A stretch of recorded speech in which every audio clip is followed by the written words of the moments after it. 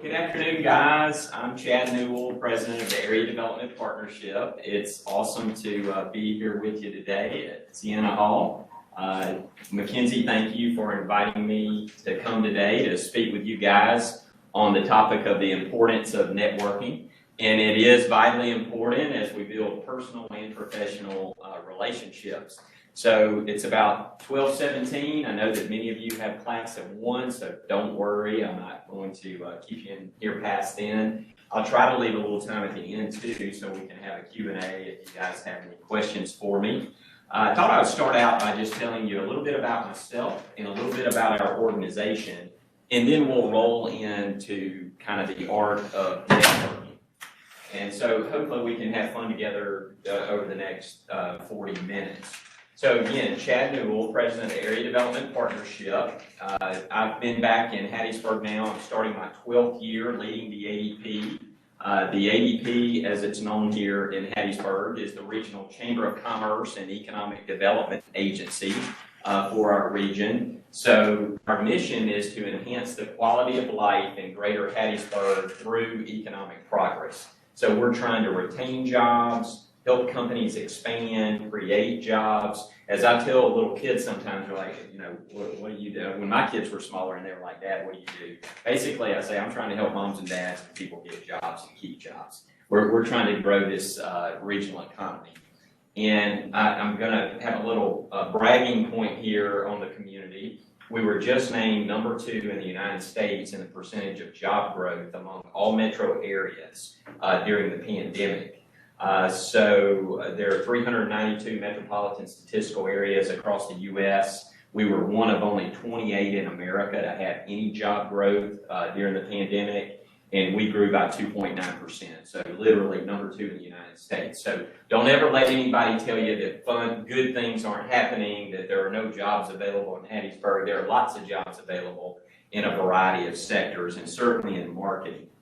A little bit about me personally. So my wife and I, Jen and I, are both from Mississippi.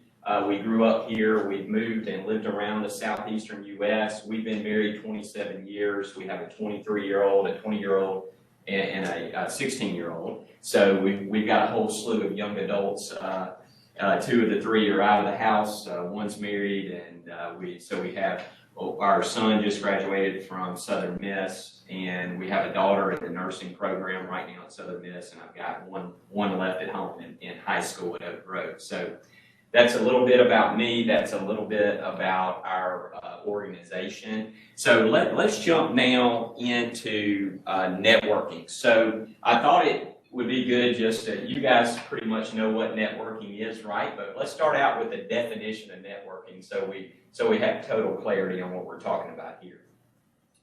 Networking is the action or process of interacting with others to exchange information and develop professional or social contacts, okay? And boy, those two are closely aligned. They're connected at the hip. In other words, a lot of your social contacts and your friends and become your colleagues, and they become people that you stay in touch with, you know, throughout your career. So it's hard to totally separate the social contacts with professional contacts, because if you're using your social network appropriately, you can turn those into professional contacts that can help you grow and prosper in your career. So the first thing I want to talk about is why and how are we networking? My team probably gets tired of me sometimes saying we want to have clarity, we want to understand our why, and then we want to say, okay, how are we going to do these things? So we can network in a variety of ways. You guys can network in clubs and organizations. I'm sure some of you are in student clubs. You may be in a fraternity or a sorority, a social club. You may be in a small group at your church. There are a variety of settings there where you can network both personally and professionally. But in those clubs and organizations, you're making friends, you're making connections, and in some cases, you're going to make lifelong relationships. I think about my time at Southern Miss. I was talking to some folks earlier. I went through the master's program in economic development years ago, many years ago. But I stay in contact today with some of those grad student colleagues, friends that I made in grad school, and they're out in the professional world, scattered around the United States. and we stay in contact and compare notes on things that are happening in economic development. So when you look around this room today and all the folks that are with us on video conference, those are connections that you need to make. You need to learn to network with people. Even if you're an introvert, you still can make some good connections. Because look, at the end of the day, a few close friends can take you a long way in life. Those deep relationships are very important. Sure, it's important to have a lot of network and have a lot of colleagues and contacts, but you're only going to connect with a certain number of people. So you need to try to reach out, kind of get out of your comfort zone a little bit. You got to have that faith that's stronger than your fear. Networking sometimes can be a bit intimidating, right? You're like, okay, I just kind of want to do my thing, but if you're really going to blossom in life, personally and professionally, you've got to talk to people, you've got to interact with people, and you've got to come out from behind the iPhone, okay? And I know in today's technology-driven world, we want to, we're blowing up social media and we're texting and you're on Instagram and Snapchat and everything else in the world, but you still got to have this dialogue and be able to connect with people outside of the devices here. Sometimes you're going to go to conferences.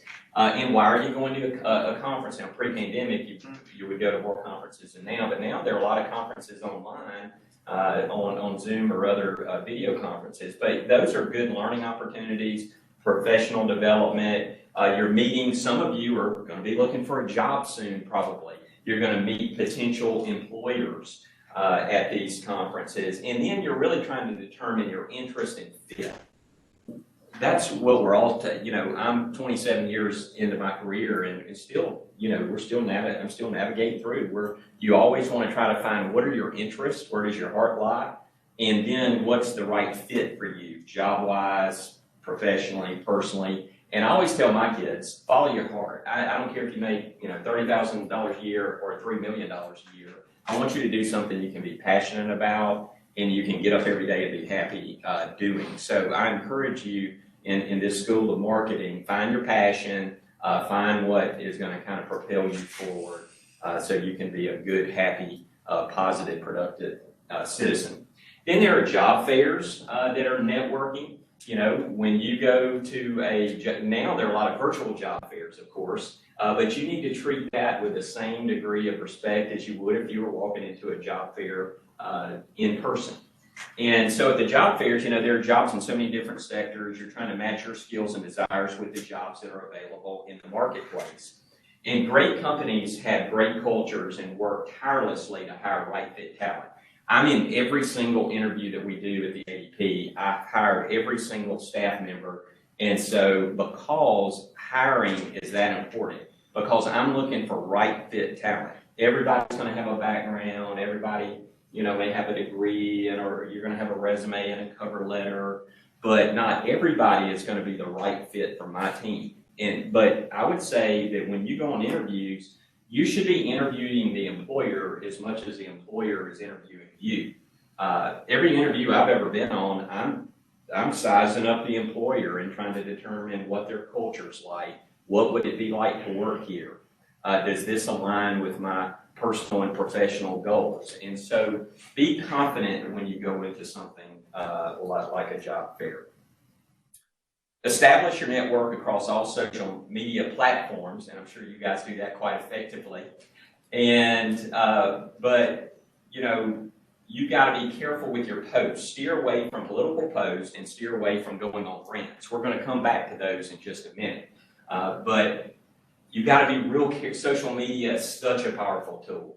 It's a great tool. I'm only on 2 platforms. I'm on Twitter and LinkedIn. I'm not on Facebook. I'm not on any of the other many platforms that are out there. I'm not saying those other ones are inferior platforms. I just don't have enough hours in the day. And when I'm on social media, normally I'm doing business related stuff. I'm making business posts, but I'll post personal things too. And usually something silly about, something going on with the kids or my crazy pets or something like that. But you will not see me going on political rants. You won't see me making derogatory comments on social media. You've got to be positive out there. Now, that doesn't mean you can't take on tough issues or comment on tough issues or issues of the day. For example, at the Area Development Partnership, we were big believers that we needed to change our state flag. Our board voted 22-0 to change the state flag. So I was a huge proponent, and I thought that was necessary in moving Mississippi forward and creating a better environment for all of our citizens and a more welcoming place for our citizens and for all of our businesses that are looking to do business here. So you can look back through my Twitter and LinkedIn posts back during the flag debate. I'm gonna have a lot of those out there. I talked a lot about race relations, and I talked a lot about the importance of the flag for moving our economy forward and bringing our people closer together. So it's okay to post on topics that can be sensitive topics, but do it in a professional manner. Let's talk about different types of networking. So there are one-on-one, small groups, and large events. Let's take those three and kind of break those down. There's certainly going to be similarities. Some things are going to apply across whether you're meeting one-on-one, if I'm meeting with McKinsey, or if I'm meeting in a small group like this, or if I'm at a conference that has 3,000 people. There are going to be certain similarities, but there are distinct differences. So let's take a look at that. One-on-one, you want to look the part, you want to smile and be confident yet humble. When you're meeting with someone, don't go in. I know sometimes you may be nervous, you may have a little anxiety. Some of that's okay, that's fine, that's life. We're all human, we're flawed creatures, right? So, but be confident and have fun with it when you're meeting with someone. If you're there to meet with them, you have a specific topic, there's a purpose, and so try to take a deep breath, relax, and enjoy the interaction. When I say confident yet humble, you want to exude confidence, but you want to also exude humility. Nobody likes arrogant people, right? So that's important. Ask questions, don't ramble, relax, and don't look stiff. So this is when you're young and you're in college and you're trying to get out into the work world and you're trying it all kind of it's hard, especially you guys grew up with this. I mean, you have not had as much personal interaction as I have back in the day when I grew up, because I didn't have all this technology right here. But make sure you put your technology aside and network with people outside of the gadgets, okay? Make eye contact when you're interacting with people. People want you to make eye contact with them. Again, smile, watch your mannerisms, and don't interrupt. If you know that you like to shake the paper or move stuff around, try to be cognizant of that kind of maybe a nervous tick, if you will, and try to, yes, you got a question? Yes. Yes. I just wanted to ask, what would be a good way to point out your strengths without leaving aside being humble? Yeah, it's fine to point out your strengths, because if you don't point out your strengths, nobody will. So it's okay to point out your strengths. Just do it in a manner that matches up what that person's looking for that you're interacting with. So I would say that's the confident part of it. But if you went on and on and on about one specific area of expertise and it just kind of took over the conversation, then that could become maybe you were being a little arrogant about it, or it just kind of could detract from the overall mission of the conversation. So hit on the topic and then move to a different topic, and be ready to adjust based on how the person you're interacting with reacts. If you hit a chord with them and it's something they're interested in, then you can go a little bit deeper into that topic, and have a conversation about it. It's a good question. So watch your mannerisms and don't interrupt. So if you're in a one-on-one meeting and the other person's talking, let them finish what they have to say. Don't cut them off. We've all been in conversations, right, where somebody's cutting you off. You try to say something and they cut you off, and then finally you just decide, hey, I'm just not going to say much. So be respectful of each other. Stay within the allotted time. If you are networking and you know that you ask someone to meet with you for 15 minutes, keep it to 15 minutes. If it's 30 minutes, 30 minutes. However, you want to be respectful of other people's time, and they'll appreciate that, and they'll be more likely to meet with you again. Take notes. You can see that I have this old school, I have everything electronically on my calendar there too, but I have an old school notebook calendar that I take to every meeting, and I'm 27 years into my career and I still take notes, because I'm not gonna remember everything that's transpiring there. I'll forget something of importance. So note-taking is really good. That's fine. You may take notes on your phone. Make sure if you're taking notes on your phone, you kind of let somebody know, hey, I'm going to take a few notes on my phone so they don't think that they're talking and you're just scrolling through social media posts. Okay? So you don't have to be old school and have a notebook, but make sure you have kind of clarity with folks you're meeting with. All right. Make an ask if one needs to be made. In other words, if you're there for a specific reason. And it may be to get a job, or it may be just to learn more about that field of study, or you may just be having a personal conversation with someone about some interest that you both have together. So whatever the case may be, but if there's an ask to be made, don't hesitate to make the ask. We're in the process right now of raising $4 million in private money in Hattiesburg for our economic development efforts. So we're out asking people for money and companies for money every day.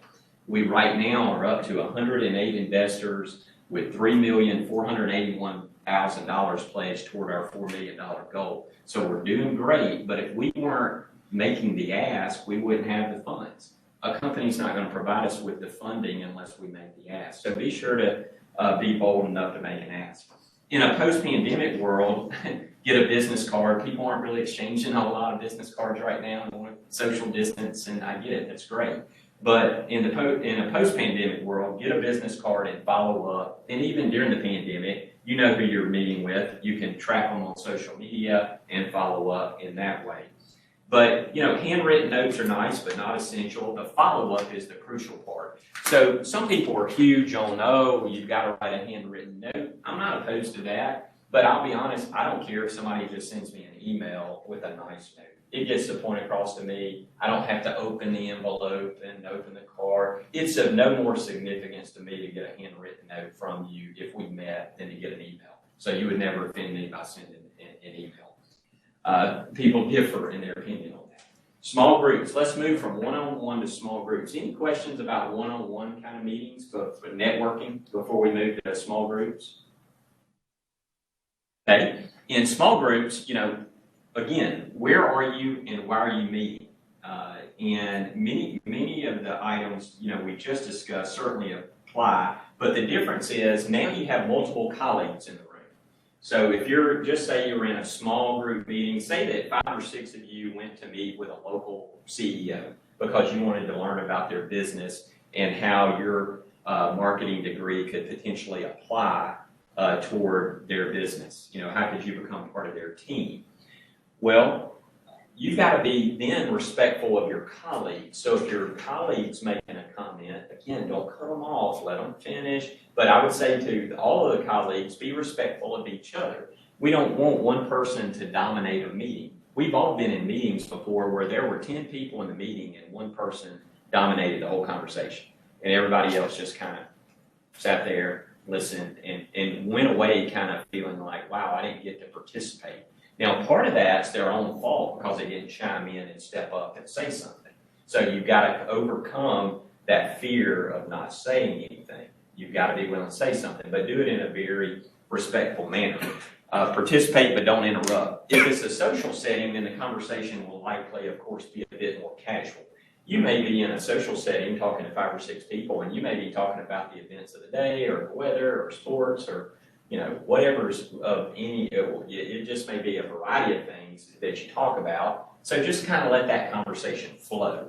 You don't have to be rigid with it and have a specific topic to talk about. Just kind of take a deep breath, relax, enjoy each other's company, and talk about whatever the group's kind of talking about if you have something to add. But if you're in meeting in someone's office or boardroom, it will be a bit more formal.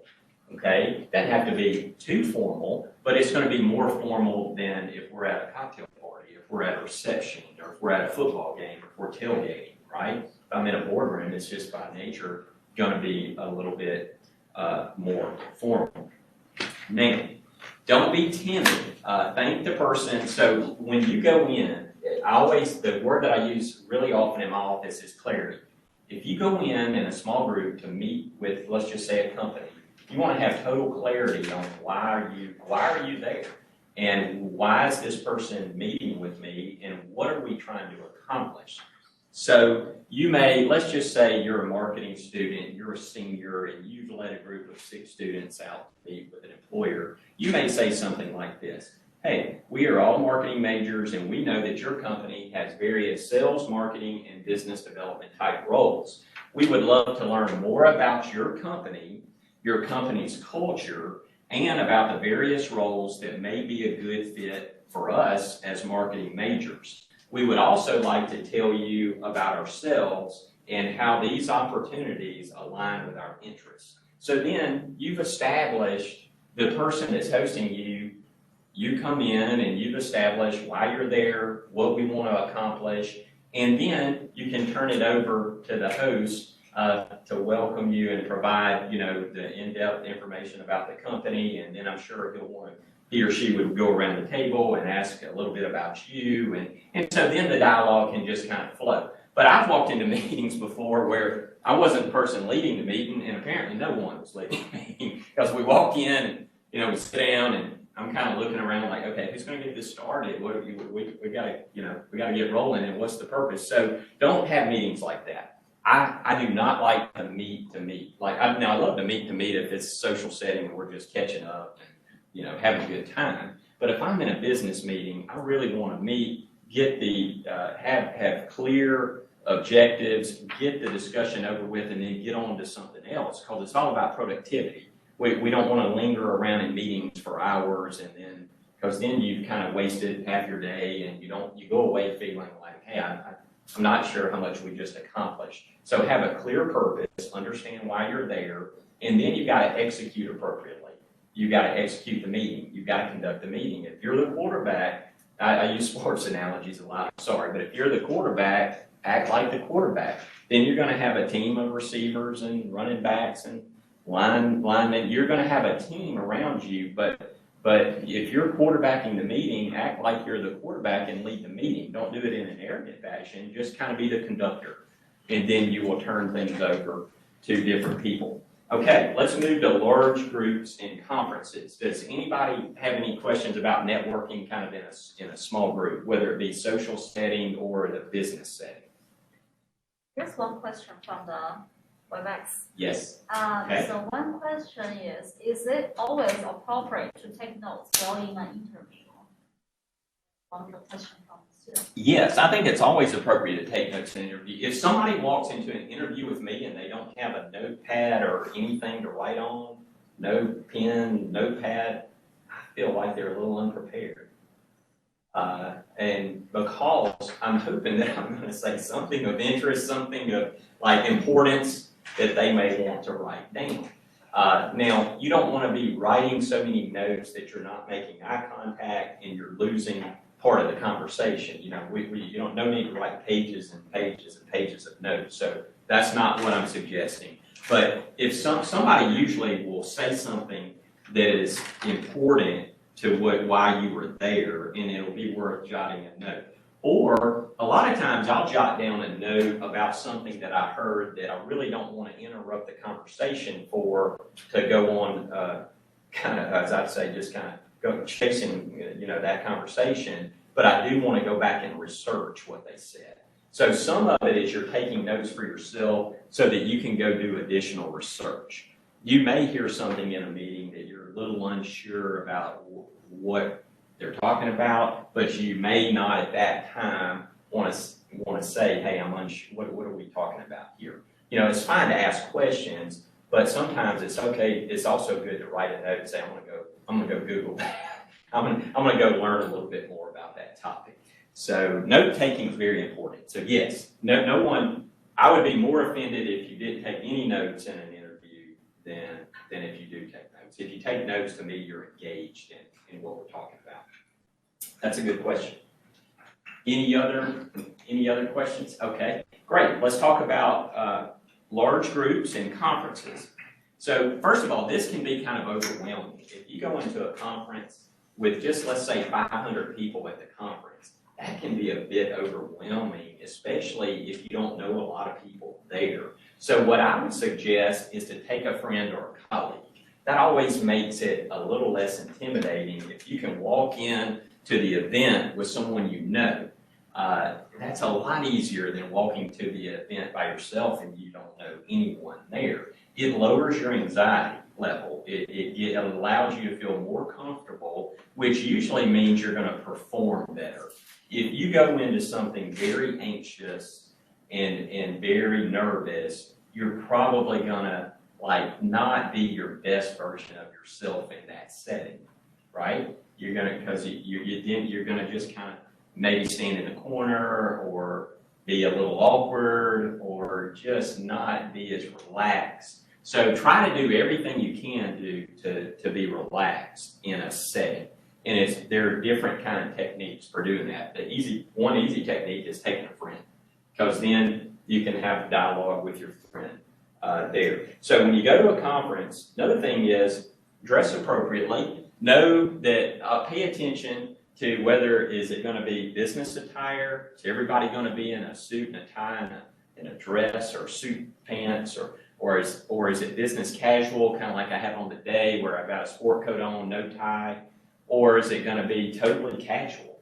So if it's, and sometimes you don't know, so I kind of shoot in the middle, like this business casual attire I wear a lot, because then if somebody has on a tie, it's still fine. If somebody's dressed a little more casual, I may take my coat off. You know, it's no big deal. But you don't want to walk into a conference where everybody's in a suit and you're in blue jeans. You know, you just kind of, because then again, you're going to be a little self-conscious about that. You're going to feel like, oh gosh, I'm kind of standing out here. I don't want to stand out. You want to kind of blend in with the attire. So review the list of attendees in advance if possible. If I go to a conference and my job is to network at the conference, say I'm trying to make business development contacts to recruit a company to Hattiesburg.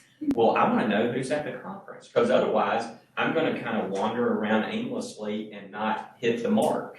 So I may see, oh, okay, well, the director of site selection for Mercedes is at the conference. Well, oh, that's a person I want to interact with. So I'm going to be looking for their name tag. If I don't know them already, I'm going to be looking for their name tag, and I'm going to be saying, okay, and I'm going to go up and make an introduction, and that's somebody I'm going to want to talk to.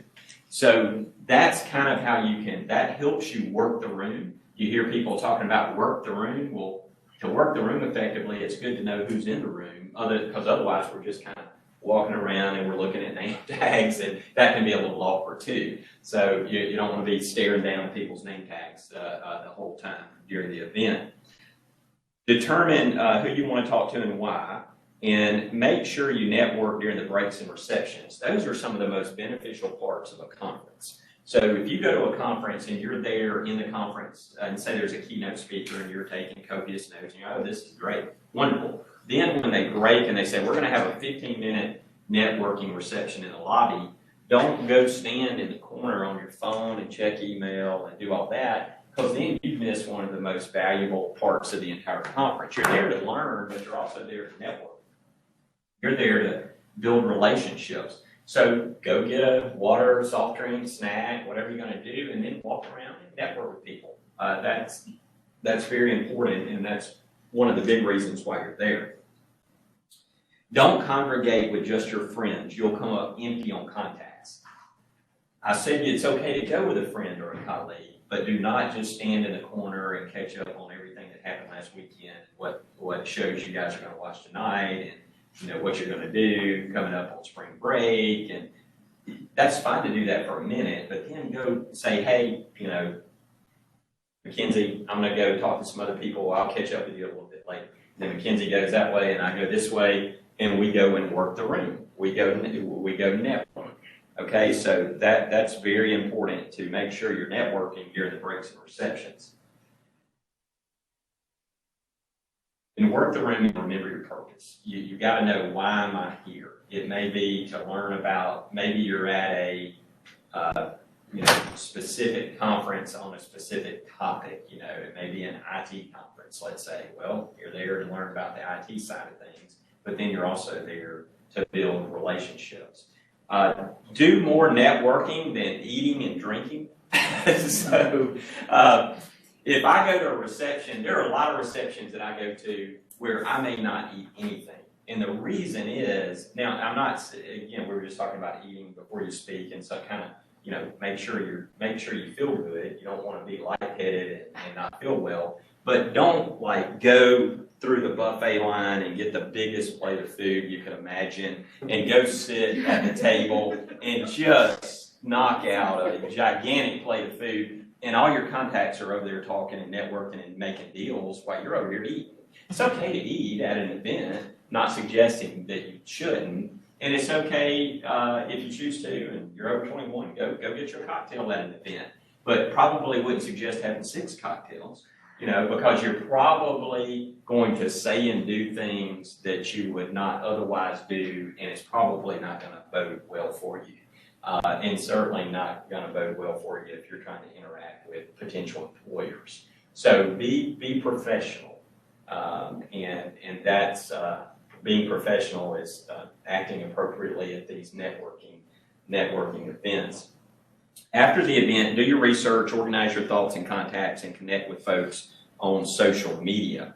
Let's talk briefly and kind of in closing about social media and video conferencing, because we're doing a lot of that networking wise when we can't go and meet in as many groups as we could pre-pandemic. So social media is such a powerful marketing and networking tool, yet equally it's dangerous if not managed properly. We talked a little bit about this earlier.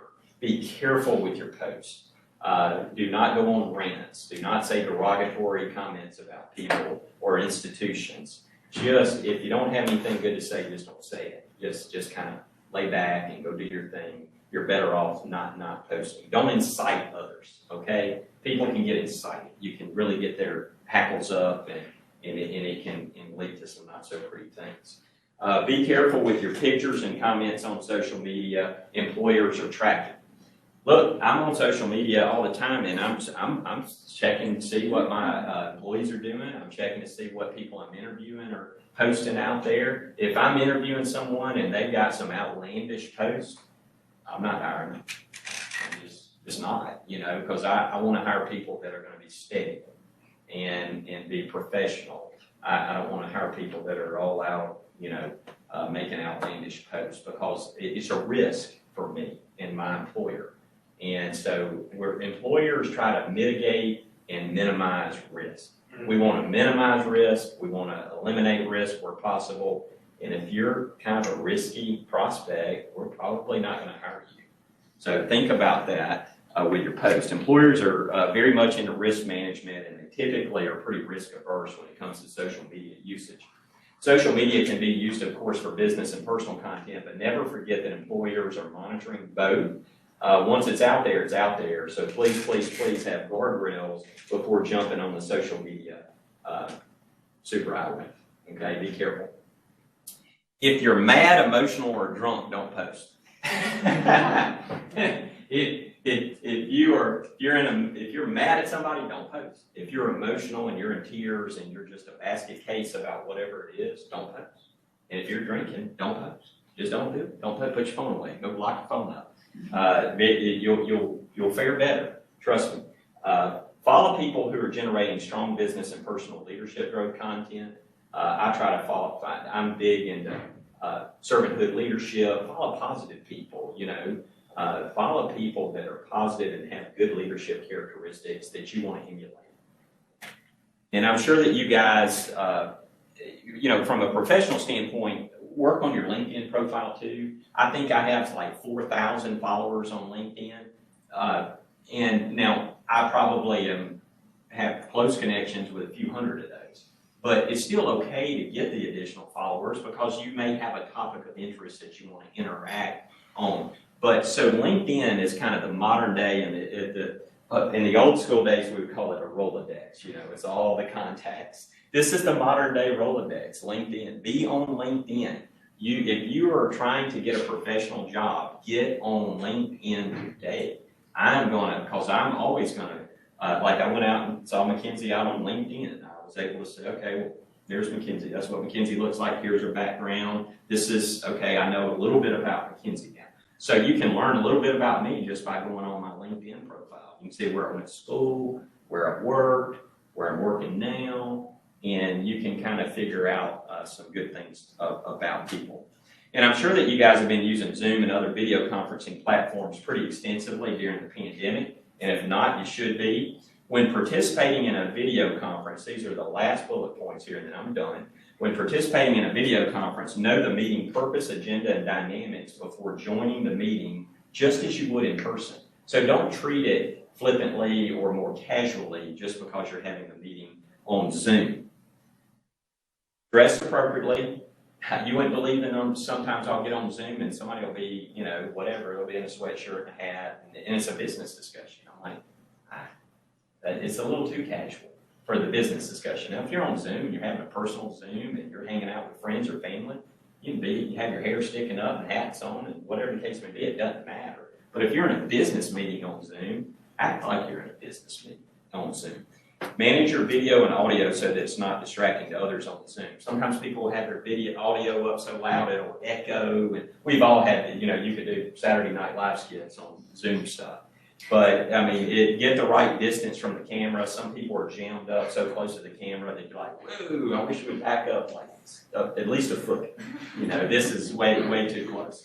And then get the right, determine an appropriate background and lighting. What's behind you on Zoom, and what's the lighting like?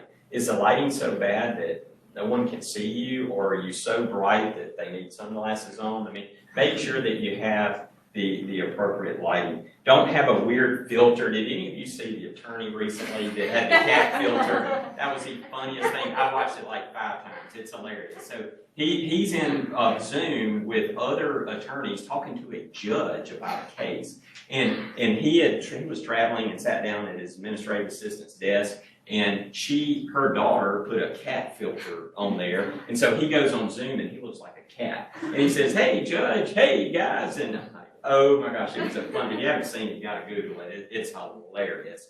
But it probably wasn't hilarious for him at the time. So make sure you don't have any weird filters there. And then don't take other calls during Zoom, as this can be very distracting for others on the video conference. And if you are going to take a call, cut your video off. I've been on Zooms and we're talking about business stuff and somebody hits mute, but they're laughing and having they're carrying on with a conversation on a phone call. And I'm like, just cut your video off if you're not going to engage, you know, on the Zoom. And then try to be in a location with good Wi-Fi. You need a strong internet connection to have an effective meeting.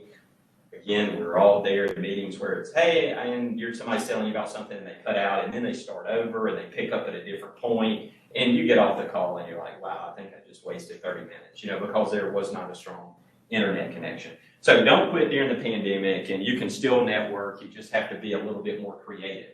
So I hope that these tips, 12:55 got done before your 1 o'clock hour. I hope these tips are helpful for you as far as understanding the importance of networking. And if we have any time, Mackenzie, I'll be glad to take a question or two if anybody has any questions. If anyone has questions, you can ask now. Don't be shy. I just said don't be timid. Great. I enjoyed being with you guys today. Thank you so much.